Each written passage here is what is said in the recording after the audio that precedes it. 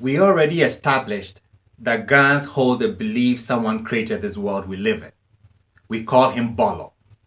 We said creating makes him owner, so we call him Shiche. We said this God is everywhere, omnipresent, so we call him Okpeleje.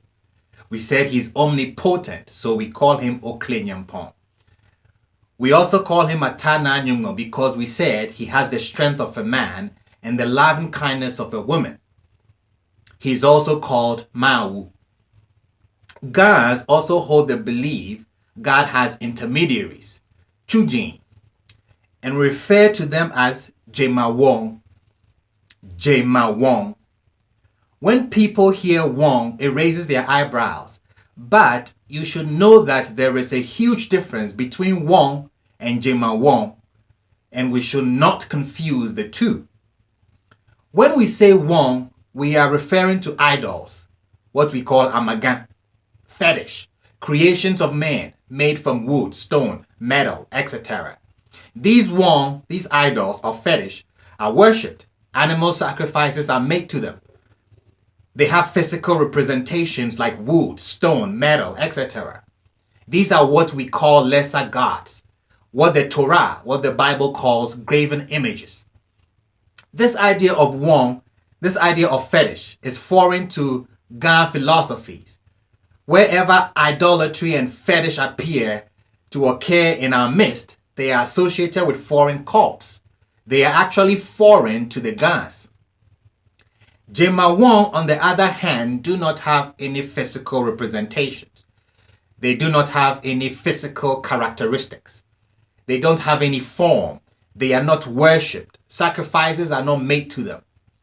Gans believe these Jemawojin are intermediaries between man and God. Though they are intermediaries, we don't pray to them. We don't pray through them. But rather, what is meant by intermediaries is they take our prayers, they take our words and present them before God. And they also bring us messages. That's the name Chujin. They are sent. They are messengers and they do work. Now look at this Hebrew word, malak. It comes from the word malaha. When the Torah says do no work on the Shabbat, it uses this word malaha. It says do no malaha on the Shabbat. This word malak, which comes from the root malaha, means to do work or a messenger.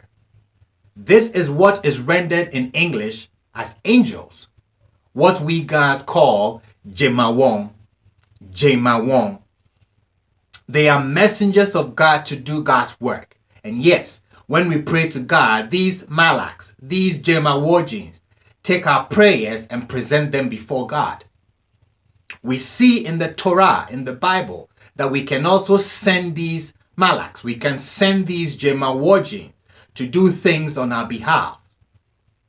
We see that in Genesis 32. And Jacob went on his way, and angels of God met him. And Yaakov said when he saw them, "This is the camp of God," and he named the place Mahanaim.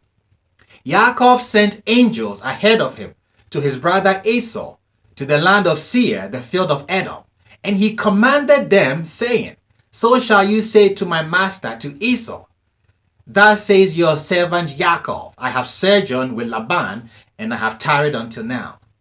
Throughout the Torah, an angel is a messenger of God whose mission transpires in two directions. It may serve as an emissary of God towards the earth, or it may also serve as the one who carries heavenward from below. We guys call these malaks, the angels, Jemawojin or Jemawong. We should not confuse Wong, fetish, with Jemawong, Chujin.